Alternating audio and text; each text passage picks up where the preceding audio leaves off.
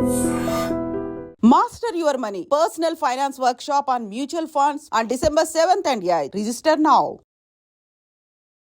Hi hello నమస్తే, welcome back to iDream Media. ఈరోజు మనతో ఉన్నారు పర్సనల్ ఫైనాన్స్ ఎక్స్పర్ట్ అయిన విజయ్ కర్ణం గారు. ముఖ్యంగా సార్తో చాలా ఇంపార్టెంట్ మ్యూచువల్ ఫండ్స్ యొక్క టాపిక్ గురించి మాట్లాడదాం. Hi sir. హలో అండి.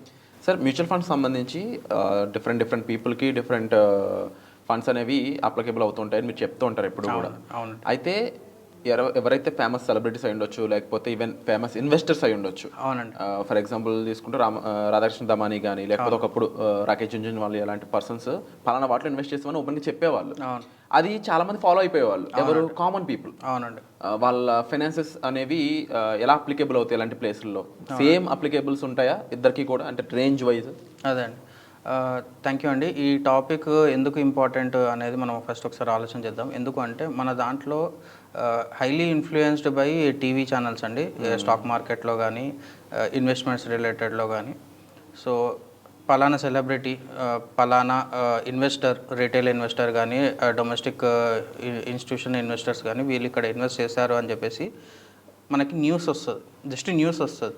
వాళ్ళు ఎప్పుడు ఇన్వెస్ట్ చేశారు, ఎంత ప్రైస్లో ఇన్వెస్ట్ చేశారు అనేది మనకి చాలా తక్కువ ఇన్ఫర్మేషన్ ఉంటుంది బయట. సో అప్పుడు ఏమవుతుంది అంటే రీటైల్ ఇన్వెస్టర్స్కి తెలియడానికి ఎప్పుడైతే ఫేమస్ సెలబ్రిటీస్ కొనడానికి మధ్యలో డిఫరెన్స్ ఉంటుంది. ఆ డిఫరెన్స్ వల్ల ఎక్కువ నష్టపోయేది రీటైల్ ఇన్వెస్టర్స్. ఫేమస్ సెలబ్రిటీస్కున్న ఇన్ఫర్మేషన్ కానీ, వాళ్ళకున్న రీసెర్చ్ కానీ, వాళ్ళకున్న analysis will be completely different. మనము యాజ్ ఏ ఇండివిజువల్ ఇన్వెస్టర్స్, నేను కానీ మీరు కానీ, రిటైల్ ఇన్వెస్టర్ మనకున్న ఇన్ఫర్మేషన్ వేరు ఉంటుంది, మనకున్న రీసెర్చ్ వేరే ఉంటుంది. సో ఇది చాలా డిఫరెంట్. అందుకే నేను ఇప్పుడు సజెస్ట్ చేసేది ఏంటంటే, ఎప్పుడైనా సరే న్యూస్లో వచ్చిన స్టాక్స్ కానీ, న్యూస్లో మనకు రెగ్యులర్గా వినిపించిన స్టాక్స్ కానీ, రెగ్యులర్గా వినిపించిన ఇన్వెస్ట్మెంట్స్ కానీ ఎప్పుడు ఇన్వెస్ట్ చేయొద్దనే చెప్తాను. మీకు ఒక క్లియర్ ఎగ్జాంపుల్ చెప్పాలి అంటే, నేను ఇక్కడ స్లైడ్లో చూపిస్తున్నాను. ఒక ర్యాండమ్ ఎగ్జాంపుల్ తీసుకున్నాను. ఫర్ సపోజ్ January 2024లో ఒక ఫేమస్ సెలబ్రిటీ ఒక స్టాక్ 100 రూపీస్ ప్రైస్లో ఎంటర్ చేసి హోల్డింగ్ తీసుకున్నాడు. మంచి మెజారిటీ స్టేక్ తీసుకున్నాడు ఒక కంపెనీలో. సో సేమ్ అదే పర్సన్ మనకి మార్చ్ వరకు అతను తీసుకున్నాడు ఇన్ఫర్మేషన్ మనకు ఉండదు. సో వీళ్ళకి స్టాక్ మార్కెట్లో కానీ, వాళ్ళకి రెగ్యులేటెడ్ అథారిటీస్ సెబీలో వాటిలలో ఇన్వెస్ట్ చేసిన డిస్క్లోజ్ చేయడానికి కొంచెం డ్యూరేషన్ ఉంటుంది అనమాట. 3 months 21 days అట్లా డ్యూరేషన్ ఉంటుంది. ఆ డ్యూరేషన్ వరకు వాళ్ళకి డిస్క్లోజ్ చేయడానికి బఫర్ పీరియడ్ ఉంటుంది అనమాట. వాళ్ళు ఇన్వెస్ట్ చేసిన తర్వాత 3 months తర్వాత మనకి ఇన్ఫర్మేషన్ బయటికి లీక్ అవుతుంది అనమాట. ఇప్పుడు మనకి అప్లికేషన్స్లో కానీ, కొన్ని థర్డ్ పార్టీ అప్లికేషన్స్లో కానీ చెప్తారు ఫేమస్ పర్సనాలిటీస్ పోర్ట్ఫోలియో హోల్డింగ్స్ అని చెప్పేసి చూపిస్తుంటారు అనమాట. అది వచ్చేది 3 months తర్వాత వస్తుంది బయటికి మనకి. సో 3 months తర్వాత వచ్చిన తర్వాత ఇప్పుడు ఇక్కడ మనం చూసుకుంటే జనవరిలో అతను హోల్డింగ్ తీసుకుంటాడు, కానీ మార్చ్లో మనకు తెలుస్తుంది అనమాట సో అండ్ సో పర్సన్ ఇక్కడ ఇన్వెస్ట్ చేశాడు అని చెప్తారు. అప్పటికే ఆ ప్రైస్ ఎక్కడికి వెళ్ళి ఉంటుంది అంటే 130 రూపీస్కి వెళ్ళి ఉంటుంది. అతనికి ఉన్నది 100 రూపీస్కి, ఇక్కడ వచ్చింది 130 రూపీస్కి. సో మార్చ్లో ఒక్కసారి న్యూస్ బయటికి రాగానే మెల్లగా ప్రైస్ పెరగడం స్టార్ట్ అవుతుంటుంది, స్టాక్స్ కానీ వేరే ఇన్వెస్ట్మెంట్స్ అని. అప్పుడు మార్చ్లో ఎప్పుడైతే న్యూస్ ఎక్కువ స్ప్రెడ్ అయిందో, March 10th వరకు ఎగ్జాంపుల్ తీసుకుంటే 150 రూపీస్ వరకు వెళ్ళిపోతుంది అనమాట. 150 రూపీస్కి వెళ్ళిపోయినప్పుడు రిటైల్స్లో బాగా బస్ క్రియేట్ అయిపోయి number of holdings retail investors ఎక్కువ తీసుకుంటారు. దాని తర్వాత మార్చ్ అయిపోయిన తర్వాత ఏప్రిల్లో కరెక్షన్ స్టార్ట్ అవుతుంది. ఓకే. కరెక్షన్ ఎందుకు స్టార్ట్ అవుతుంది? ఆల్రెడీ తీసుకున్న వాళ్ళు వదిలిపెడితేనే కదా కరెక్షన్ స్టార్ట్ అయ్యేది. అప్పుడు ఎవరు వదిలిపెడుతుంటారు? మెజారిటీ స్టేక్ ఎవరైతే తీసుకుంటారో వాళ్ళు ఒక 10-20% ప్రాఫిట్ బుక్ చేసుకుంటారు అప్పటికే. ఇది గేమ్ ప్లేలా ఉందంటారు. అంటే ఇట్లాగా అవుతుంటుందండి. స్టాక్స్లలో కానీ, ఈటీఎఫ్స్లో కానీ ఇలాగనే అవుతుంటుంది. అంటే ఇప్పుడు మనం తీసుకుంటున్నామంటే ఎవరో ఒకరు అమ్మాల్సిందే కదా. డెఫినెట్లీ. సో ఇలాగే నడుస్తుంటుంది అనమాట. సో ఈ సైకిల్లో మనం ఎప్పుడు పడొద్దు. అంటే విజయ్ కర్ణం గారు, ఇలాంటి ప్యాటర్న్స్ కానీ ఇవి ఫిగర్ అవుట్ చేయడం ఒక కామన్ ఇన్వెస్టర్ వల్ల అయ్యే పనులు కాదు. ఎగ్జాక్ట్లీ. మెయిన్గా ఏంటి అంటే, చాలా మందికి మీరు చెప్పిన విధంగా టీవీలో చూసినవి కానీ, ఈవెన్ ఇప్పుడు ఇన్స్టాగ్రామ్లో పోస్ట్ చూసి ఇన్వెస్ట్ చేస్తున్న వాళ్ళు కూడా ఉన్నారు. అవునండి. అయితే ఇలాంటి పర్సన్స్ అందరికి కూడా తెలుసుకోవాల్సింది ఏంటంటే, ప్రొఫెషనల్స్ ఏం చెప్తున్నారు, ప్రొఫెషనల్స్ ఏ ఫండ్ సజెస్ట్ చేస్తున్నారు, మీకు ఏ ఫండ్ సజెస్ట్ చేస్తున్నారు, ఇలా వాళ్ళకి మీరు కంక్లూడ్ చేయడానికి ఏదైనా ప్లాట్ఫామ్ లాంటిది కానీ, ఏదైనా వెబినార్ లాంటిది కానీ కండక్ట్ చేయబోతున్నారా? డెఫినెట్గా అండి. ఇప్పుడు నేను చెప్పేది ఏంటి అంటే, ఇప్పుడు సపోజ్ ఇక్కడ కంపారిజన్ తీసుకుంటే, ఎప్పుడైతే ఒక ఫేమస్ ఇన్వెస్టర్ కానీ, ఒక రిటైల్ ఇన్వెస్టర్ కంపారిజన్ తీసుకుంటే, వాళ్ళది కంప్లీట్ రీసెర్చ్ డ్రివెన్ ఉంటుంది, ఇన్ఫర్మేషన్ డ్రివెన్ ఉంటుంది. మనకేముంటుంది, న్యూస్ డ్రివెన్ అప్రోచ్ తీసుకుంటాము. అండ్ ఫోమో అనేది క్రియేట్ చేస్తారండి. మనకి మీడియాలలో ఫోమో అని క్రియేట్ చేస్తారు. ఇప్పుడు ఈ స్టాక్ ఇంత తక్కువ ప్రైస్కి ఉంది, ఇమీడియట్గా పెరిగిపోతుంది, ఇప్పుడే తీసేసుకోండి అని చెప్తారు. కానీ తీసుకున్న తర్వాత కరెక్షన్ స్టార్ట్ అవుతుంది.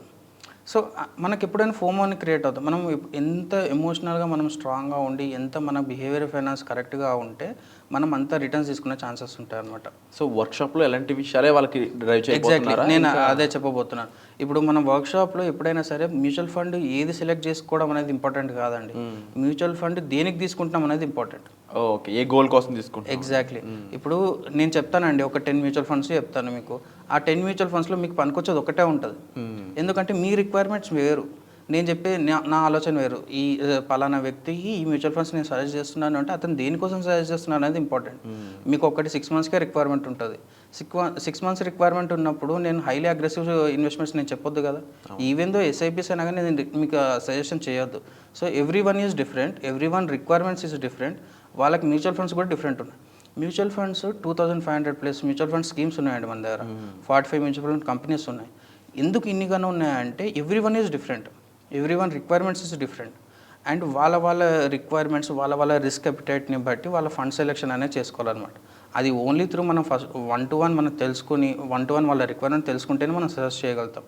ర్యాండమ్గా ఒక టాప్ 10 బెస్ట్ ఫండ్స్ అని చెప్పడం అనేది కరెక్ట్ కాదనమాట. రైట్ నో ఇప్పుడు ఈ ఎపిసోడ్ చూస్తున్న ఆడియన్స్ అయి ఉండొచ్చు, లేకపోతే ఎపిసోడ్ చూడబోయే ఆడియన్స్ చాలా మందిలో శాలరీ వైజ్ పీపుల్ ఉన్నారనుకుందాం. ఎగ్జాంపుల్ 20,000 నుంచి యావరేజ్గా ఒక 80,000 1 lakh ఎర్న్ చేసే పీపుల్ ఈ వీడియో చూస్తున్నట్లయితే, వాళ్ళు వర్క్షాప్కి అటెండ్ అయినట్లయితే వాళ్ళకి మీరు ఏ రేంజ్ ఫండ్స్ అనేవి సజెస్ట్ చేయబోతున్నారు? And other than funds, as a personal finance ఎక్స్పర్ట్గా ఇంకా ఎలాంటి విషయాలు వాళ్ళకి మీరు గైడ్ చేయబోతున్నారు? ఓన్లీ మ్యూచువల్ ఫండ్సేనా, లేదంటే ఇంకా ఎన్నో విషయాలు, ఎలాంటి విషయాలు వాళ్ళకి చెప్తారు? షూర్ అండి. మనము వర్క్షాప్లో ఏం చేస్తాము అంటే, ఫర్ సపోజ్ ఒక పర్సన్ ఉన్నారు, మీరు అన్నట్టుగా ఈ శాలరీ బ్రాకెట్ యావరేజ్గా ఒక 50,000 రూపీస్ ఎర్న్ చేసే పర్సన్ ఉన్నారు.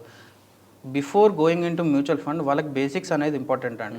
వాళ్ళకి బిహేవియరల్ మేనేజ్మెంట్, మనకి బిహేవియరల్ సైన్స్, బిహేవియర్ ఫినాన్స్, మనకి ఎట్లా అప్రోచ్ తీసుకోవాలి, మ్యూచువల్ ఫండ్స్ ఎందుకు సెలెక్ట్ చేసుకుంటున్నాము, అండ్ ఎప్పుడైతే మార్కెట్ కరెక్షన్ అయిందో వాళ్ళు ఎట్లా ప్యానిక్ కాకుండా ఉండాలి, ఎందుకు ప్యానిక్ కాకుండా ఉండాలనే లాజిక్ రీజన్ కూడా నేను చెప్పగలుగుతానండి. అండ్ మోర్ ఓవర్ వాళ్ళకి ఏ రిక్వైర్మెంట్స్ ఉన్నాయి, ఎన్ని ఇయర్స్లో ఉంది, వాళ్ళకి ఏ ఫండ్ రిక్వైర్మెంట్ ఉంటుంది, ది బెస్ట్ ఫండ్ లాంగ్ టర్మ్లో ఏది ఇవ్వగలుగుతుంది కూడా మనం సజెస్ట్ చేయగలుగుతామండి. ఇది కాకుండా వాళ్ళకి ఇప్పుడు మంత్లీ ఇన్కమ్ రిక్వైర్మెంట్స్ ఉన్నా కూడా మనం సజెస్ట్ చేయగలుగుతాం.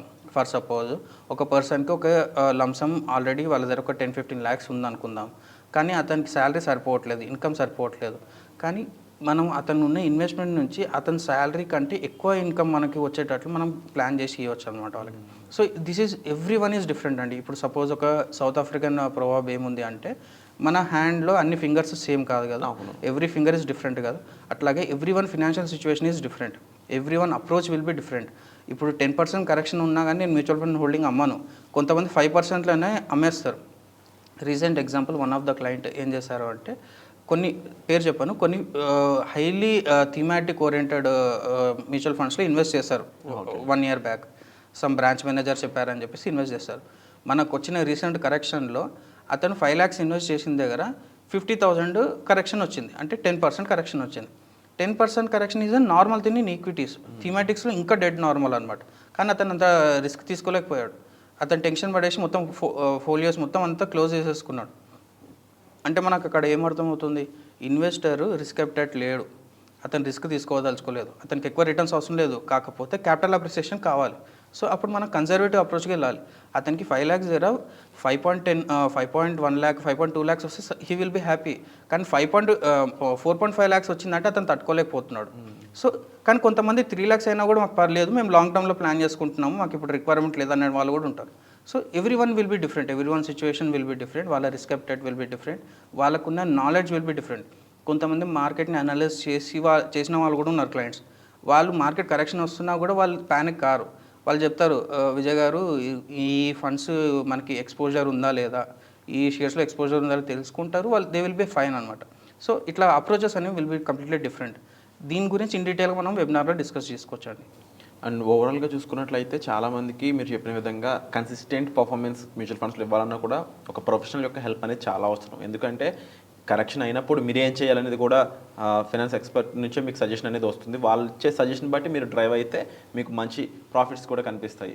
సో తప్పకుండా ఈ వెబినార్ అనేది చాలా మందికి రీచ్ అవ్వాలని మనస్ఫూర్తిగా కోరుకుంటున్నాను సార్. అండ్ ఈ వర్క్షాప్లో మీరు పార్టిసిపేట్ చేయాలి, మీ పర్సనల్ ఫైనాన్సెస్ని డెవలప్ చేసుకోవాలి, దాంతోపాటుగా మ్యూచువల్ ఫండ్స్లో ఎలాంటి ఇన్వెస్ట్మెంట్స్, ఏ ఫండ్ మీకు సూట్ అవుతుందో తెలుసుకోవాలనుకున్నట్లయితే డిస్ప్లే అవుతున్న నెంబర్స్ కాల్ చేయడం ద్వారా ఇమీడియట్గా మీరు ఆ వర్క్షాప్లో పార్టిసిపేట్ చేసే అవకాశాన్ని అయితే పొందుతారు. ముఖ్యంగా చూసుకోండి, స్లాట్స్ అనేవి చాలా తక్కువ ఉన్నాయి.